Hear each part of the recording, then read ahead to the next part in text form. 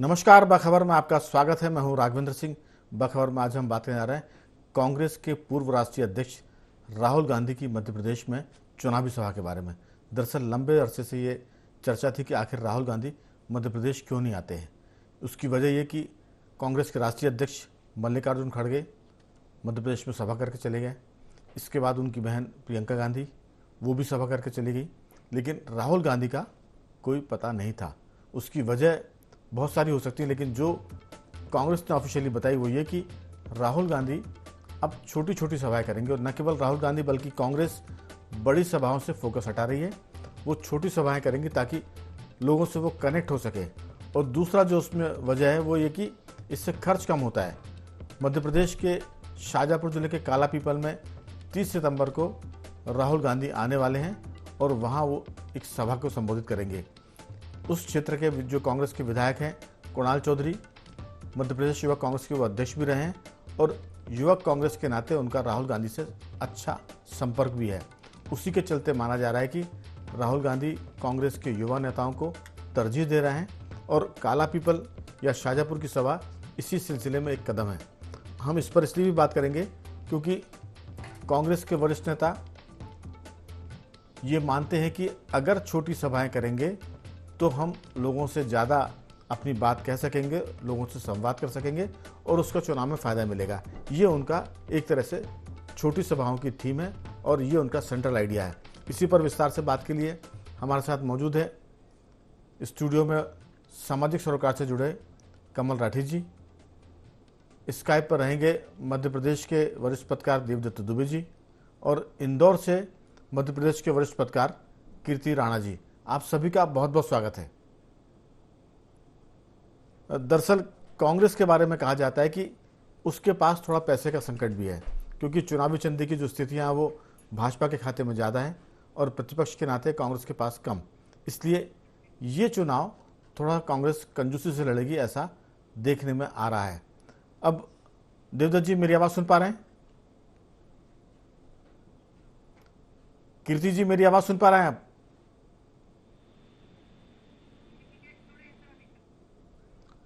तो अभी हमारा संपर्क नहीं हो पाया मेहमानों से, लेकिन राठी जी ये जो सारा मामला है चुनाव का कहीं ना कहीं बताता है कि कांग्रेस ने रणनीति बदली है। और अगर हॉकी की भाषा में कहें तो पहले जैसे एशियन हॉकी के बारे में कहा जाता था कि वो छोटे छोटे पास देकर खेलती थी और यूरोपियन हॉकी लंबे पास देती थी, उस हिसाब से बीजेपी बड़ी सभाएं करती है और कांग्रेस छोटी सभाएं। आपकी राय कि राहुल गांधी या कांग्रेस की रणनीति कितनी कारगर होगी? देखिए, ये हर 5 साल में आने वाला चुनावी पर्व है। हर व्यक्ति बड़ा इस पर्व में भाग लेता है और जन जन की जो मानस की जो इच्छा है, आम जन की जो इच्छा है, उसको साकार करने का एक ये मौका है। जब 5 साल बाद ही उसे मौका मिलता है किसी दल को हटाना और किसी दल को लाने का, या क्षेत्रीय जनप्रतिनिधि अगर सही काम नहीं कर रहा उसे हटाना है, तो ये एक मौका मिलता है।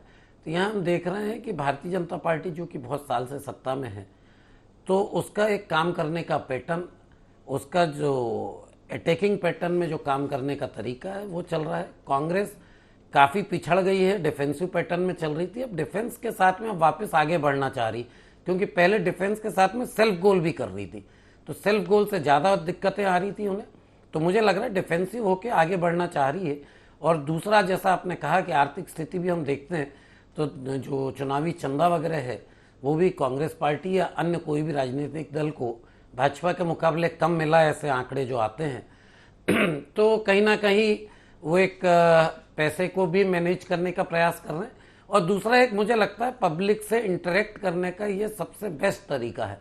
छोटी सभाओं पे जितना ये फोकस करेंगे, जितना समय देंगे, तो उतना पब्लिक इनकी बात समझ पाएगी और क्षेत्र की जनता से जुड़ पाएगी। कार्यकर्ता सम्मेलन या अन्य जो सम्मेलन होता है उसमें भीड़ को ले जाया जाता है, वहाँ भीड़ घूमने के हिसाब से जाती है, आधे से ज़्यादा सुनने में कोई इंटरेस्ट नहीं होता है। तो मुझे लगता है जो छोटी सभाएं होंगी 200, 500, 1000, 5000 लोगों की, तो थोड़ा सा आदमी सुनेगा, ध्यान देगा, समय पे अतिथि आएगा तो आदमी ज़्यादा समय दे के ज़्यादा ध्यान दे पाएगा। यही हम कांग्रेस का पैटर्न देख रहे हैं कि राहुल गांधी कहीं लोकल ट्रेन से चल रहे हैं, कहीं कुलियों के बीच पहुंच रहे हैं, तो वो अपने तरफ कहीं ना कहीं कैमरा, हेडलाइन, न्यूज़ और आम जन से कनेक्ट होने का प्रयास कर रही है। जी हमारे साथ देवदत्त दुबे जी से संपर्क हो गया है। देवदत्त जी, आपका बहुत बहुत स्वागत है।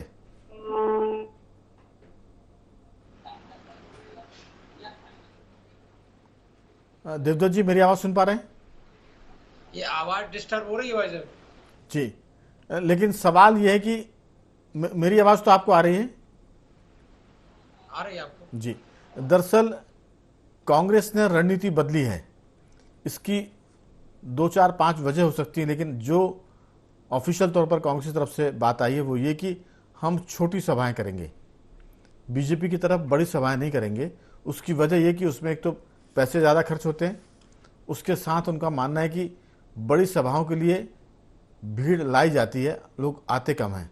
ये ज्ञान उनको चूंकि अभी पता चला, इसके पहले तो वो बड़ी सभाएं खुद किया करते थे। लेकिन अभी जो दूसरी वजह पता लगती है वो ये कि कांग्रेस थोड़ी सी आर्थिक तंगी में भी है।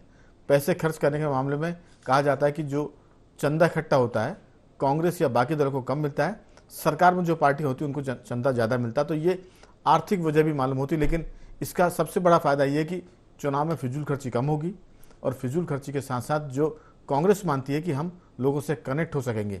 छोटी सभाएं, नुक्कड़ सभा होती है, जैसे क्लास में अगर क्लास टीचर जब पढ़ाता है तो बच्चों की आंख में आंख डाल के जब वो बात करते हैं तो चीज़ें समझ में भी आती है, और सवाल भी जब आते हैं तो उत्तर भी ठीक से आते हैं। तो कांग्रेस जरूर इस रणनीति पर है। आपकी राय? 30 सितंबर को मध्य प्रदेश में राहुल गांधी आ रहे हैं और वो सुजालपुर जो जगह है वहाँ काला पीपल में सभा करेंगे। आपका मानना क्या है? क्योंकि इसके पहले मल्लिकार्जुन खड़गे आ चुके हैं, प्रियंका गांधी उनकी बड़ी बहन 2 सभाएं मध्य प्रदेश में कर चुकी हैं। अभी तक राहुल गांधी की एंट्री नहीं हुई थी। अब राहुल गांधी की एंट्री के बाद सिर्फ ऐसा लगता है कि सोनिया जी रहेंगी, जो शायद लोकसभा चुनाव में प्रचार के लिए आए। लेकिन अभी तो दोनों भाई बहन प्रियंका और राहुल चुनाव का मोर्चा संभालेंगे। आपकी राय, छोटी सभाएं कितनी कारगर होंगी और राहुल कितना इम्पैक्ट छोड़ पाएंगे? देखिए, जिस तरह से माहौल चल रहा है कि बड़े बड़े मेगा शो भाजपा कर रही है, उसके पास साधन है, नेता है, सब कुछ है, और मुद्दे भी राष्ट्रीय स्तर के, चाहे सनातन धर्म हो, महिला आरक्षण हो। तो कांग्रेस ने जो बदली हुई रणनीति उसकी यही है कि स्थानीय मुद्दों पर फोकस किया जाए और छोटी छोटी सभाएं की जाए, क्योंकि उतने उनके पास संसाधन भी नहीं है, उतना नेटवर्क भी नहीं है लाने ले जाने के लिए, और राष्ट्रीय मुद्दों पर वो बहस करना ले नहीं जाना चाहते चुनाव, क्योंकि उन मुद्दों पे कई चीजें हैं जो कांग्रेस को कई बार बैकफुट पे आना। तो स्थानीय स्तर पर जो छोटी छोटी समस्याएं, वो मुद्दे और छोटी छोटी सभाएं करके, एक यदि काला पीपल में सभा करते हैं तो आसपास की 5-6 सीटों को टारगेट करके वो करेंगे। ऐसा एक चिन्हित उन लोगों ने किया है। सबकी अपनी अपनी रणनीति है जी। भाजपा का आप देख रहे हैं कि किस तरह से पैटर्न बदलकर चुनाव लड़ने जा रही है। 39 प्रत्याशियों की सूची निकाल रही, और प्रदेश के नेताओं को पता भी नहीं चल रहा है। पहली सूची आ गई 100 दिन पहले ही चुनाव के, और दूसरी सूची आई तो उसमें केंद्रीय मंत्री, सांसद, इतने दिग्गज नेताओं को उतार दिया जो स्वयं में सभी प्रधानमंत्री मुख्यमंत्री पद के दावेदार हैं। तो एक एक सीट के लिए, जो जीत के लिए गणित लगाए जा रहे हैं, एक एक मतदाता तक बूथ स्तर पर जो जमावट चल रही है। राघवन जी, आप भी कई बार शायद लिख चुके हैं और चर्चा हम लोग कर चुके हैं कि मध्य प्रदेश के इतिहास का 2023 का विधानसभा चुनाव बड़ा अभूतपूर्व होगा। अपना अपना मैदान है, जिसके पास जैसी व्यवस्थाएं हैं। भाजपा बहुत हाईटेक तरीके से लड़ रही है, मेगा शो करती है। आप देखें, प्रधानमंत्री अभी अभी 4 या 5 बार आ चुके मध्य प्रदेश, और अभी फिर आना है बुंदेलखंड में केन बेतवा लिंक परियोजना का उद्घाटन करने। तो इस तरह से वो एक बड़े बड़े शो करके, अभी जैसे कार्यकर्ता महाकुंभ किया, बिल्कुल वो माहौल बनाएंगे और ये अलग तरीके से करेंगे। तो राहुल गांधी की बदली हुई रणनीति यही है, या कांग्रेस की, कि वो छोटी छोटी सभाएं करें। बिल्कुल। हमारे साथ जुड़ गए हैं इंदौर से मध्य प्रदेश के वरिष्ठ पत्रकार कीर्ति राणा जी। कीर्ति जी, मेरी आवाज सुन पा रहे हैं?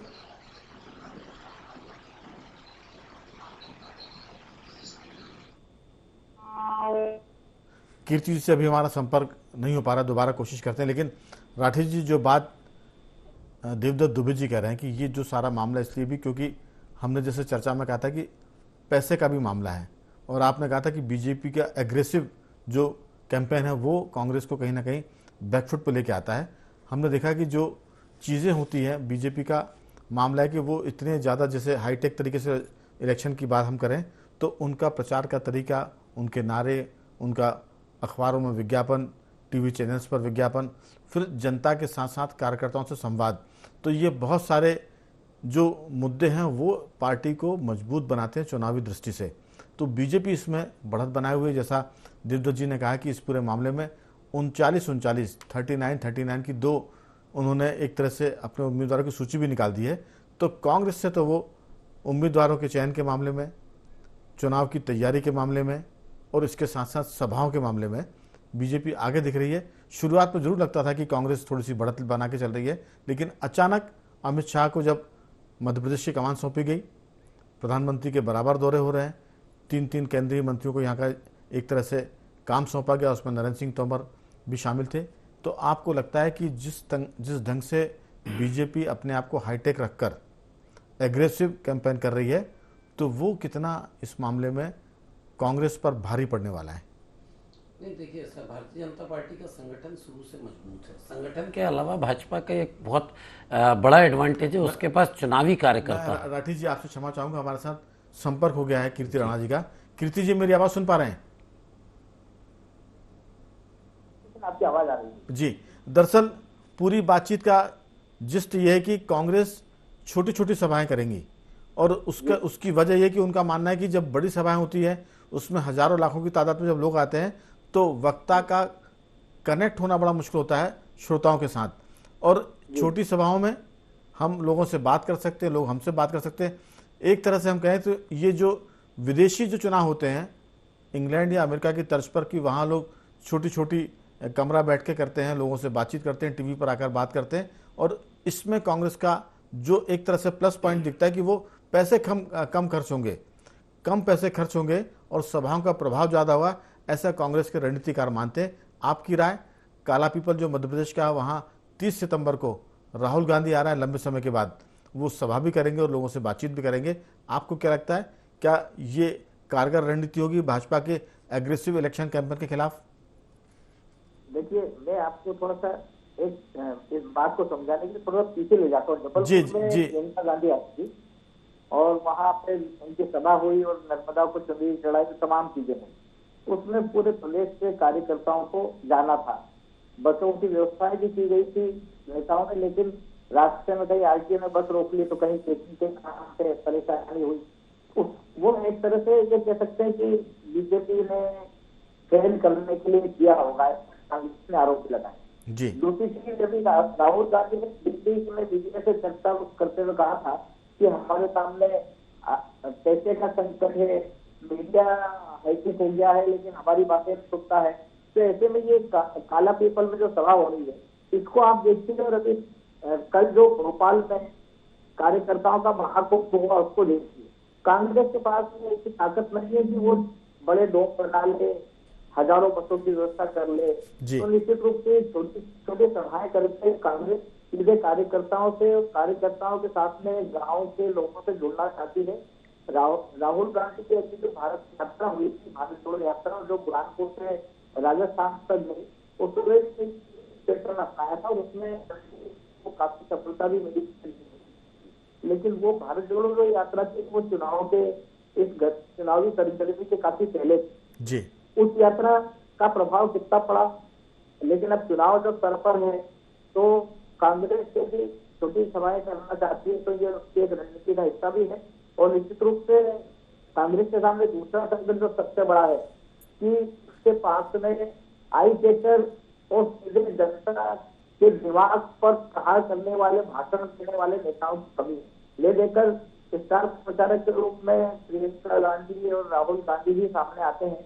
कमलनाथ का जो उग्र स्वभाव है वो इंदौर के मीडिया ने भी देखा है, बाकी के लिए भी देखा है।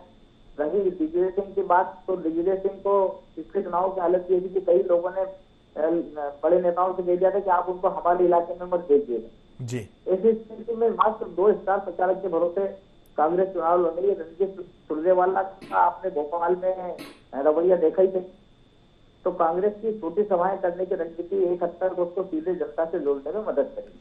बिल्कुल, लेकिन एक बात है कीर्ति जी, दरअसल राहुल गांधी जो युवा नेता है कांग्रेस के, उन पर भी फोकस कर रहे हैं और काला पीपल जो जगह चुनी गई है वो कुणाल चौधरी युवक कांग्रेस के अध्यक्ष रहे हैं, वहाँ स्थानीय विधायक भी हैं। इसके साथ साथ उनका जो कनेक्शन है वो जीतू पटवारी के साथ भी है। तो युवाओं को एक तरह से वो जोड़ के चल रहे हैं, उन पर खास ध्यान दे रहे हैं। और जो बात आपने की कि कांग्रेस के पास स्टार प्रचारकों की कमी है, और कमलनाथ जी बहुत अच्छे मैनेजर हैं, लेकिन भाषण देने में वो उतने ज़्यादा दक्ष नहीं है जितने भाजपा के लोग हैं। तो दरअसल ये भाषण की जो कला है उसमें कांग्रेस ही थोड़ा सा भाजपा की तुलना में पिछड़ जाते हैं। और अब ले देकर जो आपने कहा कि राहुल गांधी, प्रियंका गांधी और कभी मल्लिकार्जुन खड़गे बीच में आ जाएं एक दो बार और भाषण देने चुनाव के दरमियान, और आप सुरजेवाला की बात कर रहे हैं, तो ये कितना अच्छा भाषण दे पाते हैं, कितना अच्छा अपनी बात को कह पाते हैं। क्योंकि अब जो चीज़ें हो रही हैं हमें लगता है कि इसके पीछे भी बहुत होमवर्क हो रहा है कि भाषण के मुद्दे क्या हो, किस तरह से कनेक्ट हो। तो ये सारी बातें अभी लगता है कि कांग्रेस थोड़ा सा पीछे चल रही है जानबूझकर। जैसे चुनाव अनाउंस होंगे वो हो सकता है कि अपनी ताकत को झोंके थोड़ी शक्ति को बचा के चल रही है, ऐसा लगता है। राठी जी, जो बात कीर्ति राणा जी कह रहे हैं कि कांग्रेस के पास स्टार प्रचारकों की कमी है भाजपा की तुलना में, तो बेशक इसमें कोई कमी नहीं, कोई मैंने बिल्कुल सच्चाई है। दिग्विजय सिंह जी भी भाषण देने में उतने पारंगत नहीं है जितने भाजपा के लोग दे पाते हैं। कमलनाथ जी तो और भी ऐसी बात करते हैं जैसे वो एक तरह से कमरा बैठक कर रहे हैं। तो ये संकट तो जरूर है, और इसमें आर्थिक संकट का भी एक मुद्दा निकल कर आता है जिसको स्वीकार किया है राहुल गांधी ने भी कि हमारे पास पैसे की कमी है। आपकी राय? नहीं, देखिए, इस बार का चुनाव थोड़ा सा मध्य प्रदेश का मुझे लगता है कुछ अलग ढंग का है। जो हम कर्नाटक में देख रहे थे उससे पैटर्न थोड़ी अलग है। यहाँ कांग्रेस ने घोषणा करी गैस सिलेंडर की, महिलाओं को पैसे देने की, और ये सब जो बातें थी तो शिवराज जी ने सारे मुद्दे छीन लिए। शिवराज जी ने पहले ही दे दिया। जो चुनाव में घोषणा पत्र में आते हैं और चुनाव जीतने के बाद सरकारें देती हैं, यहाँ पहले ही एडवांस में चालू हो गया। तो देखिएगा कि फ्रंट अटैकिंग पोजीशन में जो भाजपा चल रही है, तो कांग्रेस कहीं ना कहीं बैकफुट पे होके खेलना चाह रही है। दूसरा हम देखेंगे भाजपा का एक बहुत मजबूत एडवांटेज है, उसके पास चुनाव वाले दिन एक विशेष कार्यकर्ता, जो समर्थक कार्यकर्ता होता है, जो भाजपा का सदस्य हो या ना हो, एक समर्थक कार्यकर्ता है, वो निकलता है और वोट करता है। कांग्रेस को इतने सालों में जो नेताओं ने धीरे धीरे नेता बहुत साल सत्ता में रहने के बाद नीचे से जो आम जनता से जुड़ने वाली लीड हटी है, जिसका भुगतान वो कर ही रहे हैं, इतने साल से आ नहीं पा रहे हैं। और भाजपा अब उस तर्ज पे जाने में है। तो लेकिन फिर भी भाजपा के पास आज भी वो कार्यकर्ता जो चुनाव के दिन आता है, जो पार्टी का कार्यकर्ता नहीं होता, समर्थक होता है, वो आता है, निकलता है। तो भाजपा के पास वो एडवांटेज है। बिल्कुल। अब इसके बाद पैसे का भी है। कांग्रेस को 1 to 1 कनेक्ट होके उसी ढंग का चुनावी समर्थक इकट्ठा करने का प्रयास है। वो बिना छोटी बैठक के या बिना 1 to 1 कनेक्शन के नहीं हो सकता। बिल्कुल। चर्चा के बीच में मैं थोड़ा सा ये बताना चाहता हूँ कि इस पूरे मुद्दे पर कुणाल चौधरी से बात हुई है, वो क्या कहते हैं, और भाजपा के नेता और गृह मंत्री नरोत्तम मिश्र भी इस पर क्या कहते हैं। दोनों की बात सुन लेते हैं, फिर चर्चा को आगे बढ़ाते हैं।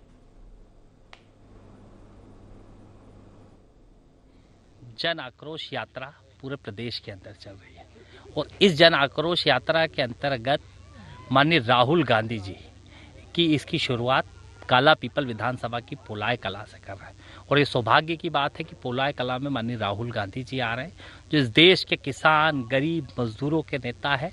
और ये 30 तारीख के दिन ऐतिहासिक आयोजन का साक्षी ये पोलाय कला बनेगा। और इसके लिए आज यहाँ पे माननीय जिला अध्यक्ष जी के साथ और हम सब लोग यहाँ पे स्थल निरीक्षण करने आए थे। सबसे पहले मैं उनसे करबद्ध निवेदन करता हूं कि जो मध्य प्रदेश के किसानों के साथ उन्होंने धोखा दिया था, 10 दिन में 2 लाख के कर्जा माफी का जो छल किया था, उसकी वो एक बार जनता से माफी मांगे, फिर मध्य प्रदेश की पवित्र धरा पे कदम रखें। नौजवान से माफी मांगे जिसको 4000 रुपया महीना देने का कहा था और 4 रुपए भी नहीं दिया था। फिर वो उन बहनों से, बेटियों से माफी मांगे जिनको कन्यादान योजना में 51,000 देने का छल किया।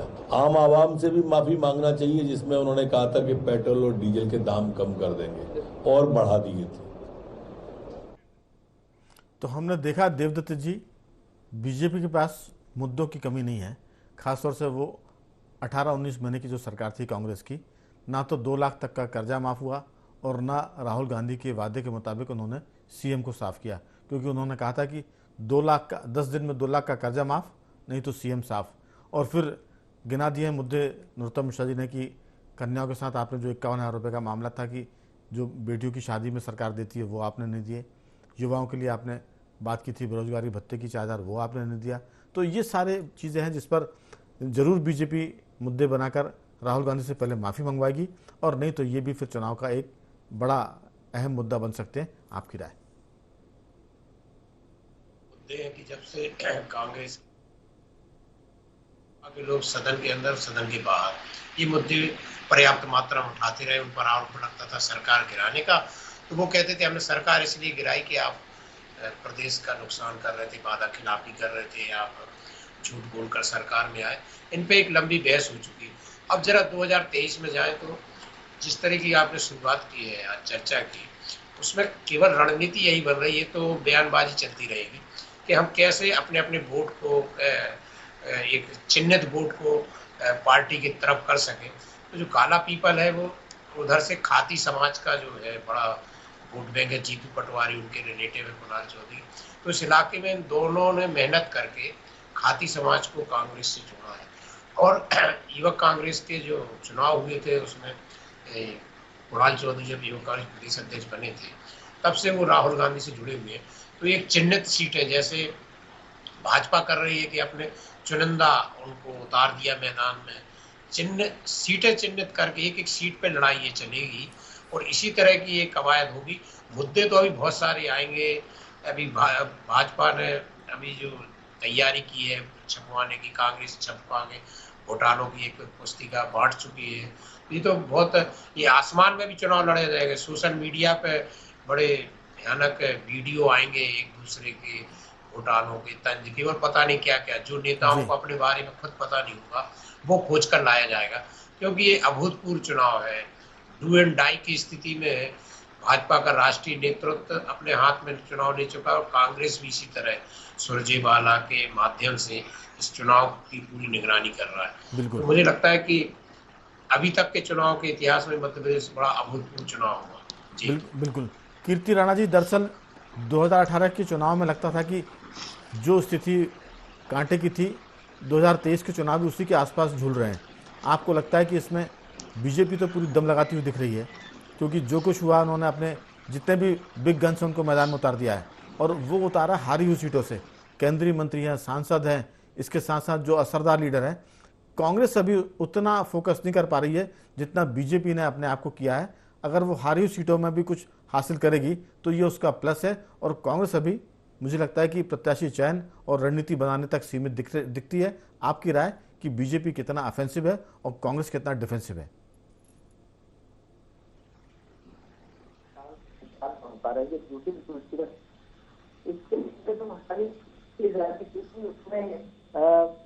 हारे जो प्रत्याशी, हारे जो नेताओं को फिर से चुनाव लड़ा है और दूसरी सूची में जो मंत्री और सांसदों को तो ये डर है कि बीजेपी इस चुनाव को लड़ो या मरो और जीतो वाली स्थिति में है। आवाज आ रही है आपको? हेलो जी, आपकी आवाज आ रही है। जी, आपकी आवाज आ रही है कीर्ति जी। जी जी। तो और एक आम जनता में मैसेज ये गया है कि बीजेपी सीटें हार रही है, इसलिए मंत्रियों को, सांसदों को चुनाव में उतार दिया है। और बहुत संभव है कि जो 7 सीटों पे बड़े नेताओं को उतारा है, तो ये एक तरह से बीजेपी में जो अंतरिम संघर्ष चल रहा है, जैसे चंबल में नरेंद्र सिंह तोमर और सिंधिया, उधर प्रहलाद पटेल और विंध्य के नेता कैलाश विजयवर्गीय पर पिछले बार आरोप लगे कि वो 66 सीटों पर काम नहीं कर पाए थे, सिर्फ अपने बेटे की। ताकि सूचना यह है कि आकाश विजयवर्गीय ने क्षेत्र क्रमांक 3 से चुनाव लड़ने से इंकार करने संबंधी पत्र या तो परिवारवाद से बचने के लिए कैलाश विजय जी को मैदान में उतारा। उसी तरह से नरेंद्र सिंह तोमर के बेटे भी चुनाव लड़ने के लिए मैदान में थे, तो नरेंद्र सिंह को टिकट दे दिया। इस तरह से बीजेपी ने इन 7 सीटों पे बंगाल विस्तार का ये तो तय कर दिया है कि हम एक भी सीट हारना नहीं चाहेंगे। तीसरी सूची और चमत्कारीपूर्ण हो सकती है, हो सकता है वो तीसरी भी 39 प्रत्याशियों वाली हो। और जहां तक कांग्रेस का सूची घोषित नहीं करने का सवाल है, तो कांग्रेस का भी पूर्ण ध्यान देना लगा हुआ है। जिस तरह से बीजेपी ने अपने सारे जन आशीर्वाद यात्रा के बाद में जारी किए, उसी तरह से कांग्रेस अपनी पहली सूची जन आक्रोश यात्राओं का समापन के बाद ही जारी करेगी। और भाजपा की जो दूसरी सूची आई है, इस सूची के बाद में अपनी पहली सूची के प्रत्याशियों के चयन पर फिर से मंथन करेगी। बिल्कुल। तो कुल मिलाकर कीर्ति जी कह सकते हैं कि बीजेपी ने जो अपने दूसरी सूची में दिग्गजों को मैदान में उतारा है, तो परिवारवाद, वंशवाद का भी उन्होंने एक तरह से इलाज कर दिया है, क्योंकि जब पिता मैदान में हो तो पुत्रों के टिकट तो वैसे ही खत्म हो गए। दूसरी बात यह कि ये भी बता दिया कि अगर आप कद्दावर लीडर हैं तो हारी हुई चुनाव में हारी हुई सीटों पर जीत कर दिखाएं कि आप कितने पुरुषार्थी और पराक्रमी हैं, ताकि ये पता चले कि आपका जो राजनीतिक वैभव है वो पार्टी के लिए कितना कारगर है। आप लाल बत्ती में बैठकर मजे नहीं कर सकते, आपको मैदान में उतर के पार्टी के लिए काम करना पड़ेगा। तो ये अचानक भले ही लगता हो बीजेपी की तरफ से, लेकिन उसने अपने दिग्गजों को मैदान में उतारकर ये संदेश दिया है कि जो सरकार में है उनको रण में उतरकर पराक्रम दिखाना पड़ेगा। तो मुझे लगता है कि कई शिवराज सरकार के जो मंत्री हैं उनके भी टिकट इसी तरह एक झटके में कट सकते हैं, जिस तरह से एक झटके में प्रत्याशियों को मैदान में उतारा है। तो ये सब चीज़ें लगता है कि जैसे जैसे चुनाव आगे बढ़ेगा चीज़ें परतें खुलेंगी, हम उस पर विस्तार से बात करेंगे। लेकिन अभी तो ये कि कांग्रेस ने अपने आप को थोड़ा सा संकुचित किया है, छोटी सभाओं तक केंद्रित कर रहे हैं, और चुनाव के बाद शायद वो अपनी ताकत को तेज़ी से आगे बढ़ाएंगे और झोंकेंगे। तो चर्चा को मैं ही रोकता हूँ। सभी मेहमानों को धन्यवाद। कीर्ति जी आपका बहुत साधुवाद, देवदत्त जी आपका बहुत धन्यवाद, और कमल राठी जी आपका बहुत बहुत धन्यवाद कि आपने इस चर्चा में हिस्सा लिया। तो बखबर में सिर्फ इतना ही। बने रहिए हमारे साथ और देखते रहिए IND24।